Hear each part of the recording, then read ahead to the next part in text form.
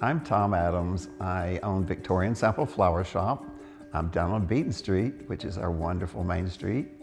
And I came here in 1986, which makes me 39 years, which is incredible. I never meant to be here permanently. That's the reason my shop's name is Sample.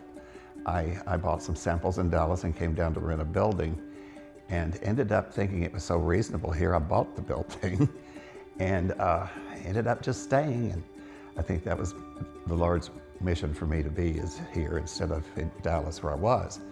So I bought the building. It was being represented by Melinda Sharpley, who is our delightful Main Street director. And we immediately became best friends and have stayed best friends. In fact, she and her husband are my power of attorney now. So almost 40 years later, we're still very, very close. I cherish every moment I have with her. And so anyway, there's so many things from back then that are so important to me as far as our Main Street goes. We had a group of owners that met every week, and we would all chat about our businesses and what was going on. And it seemed to help us all stay in focus on what we were doing downtown. And businesses start on one end and end up on the other, so we never know where things are going to be. But it's a lovely little town, and I love it here. Back when I first got here, which is the reason I thought the buildings were so reasonable, is because there were so many boarded up and closed down businesses. And it would be so sporadic. There would be one business in a block or something. And Melinda, actually Main Street director, was in one of the spaces of my building. So she was a tenant of mine. So we would sort of spend every day trying to think of things to do, and we'd come back and try to think of what we could do and what we could afford to do, because there wasn't much of a budget back then in anything. So she was great at really pulling together what she could. I think the main difference I see is I'm feeling very old because all the new owners are very young.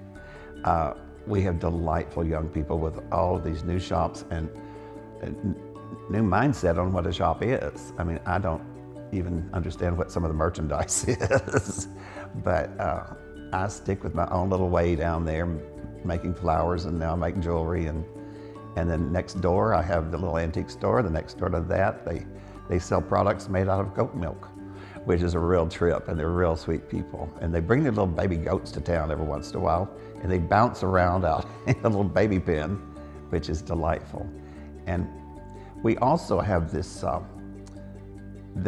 mimosa walk every month, and people come downtown and have a little drink and go from shop to shop, so they see what we have in our shops. And then there's the little sidewalk sales and things that people have, which I think also bring people. And of course, our Derrick Days brings thousands of people who have never been here before, so they get to see our city as much more than they would understand what it is. Melinda, I keep bringing up Melinda because she was the first one here, and I was right there with her like an assistant, doing anything she asked me to do, and we had a ball doing it. But she had finally got the permission to put lights in our little trees downtown, and they were little then. They're grown 3 times the size.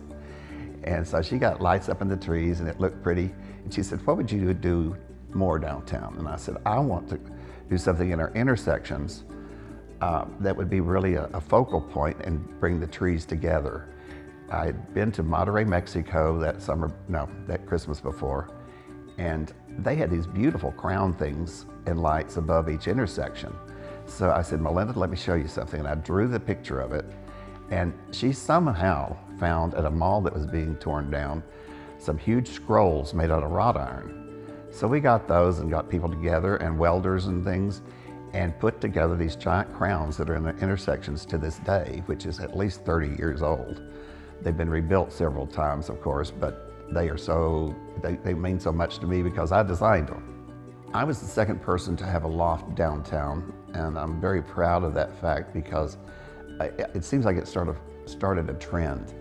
And now we have almost every shop above has a loft above them, and it's really cool that people are more focused on downtown than they were years ago.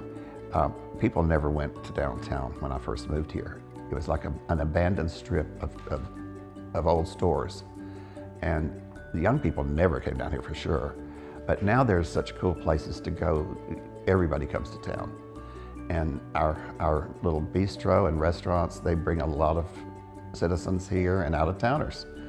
And now that Restaurant Chambers Lake is here, I have at least 30 or 40 a month come through that have never been there, and they've just bought a house at the lake. They bring all their friends in from Houston, Dallas, or wherever, and they're just thrilled with our little town. So I'm very proud of that fact. And I hope I'll live long enough to see the more progress, because I see it every day changing and becoming a better place.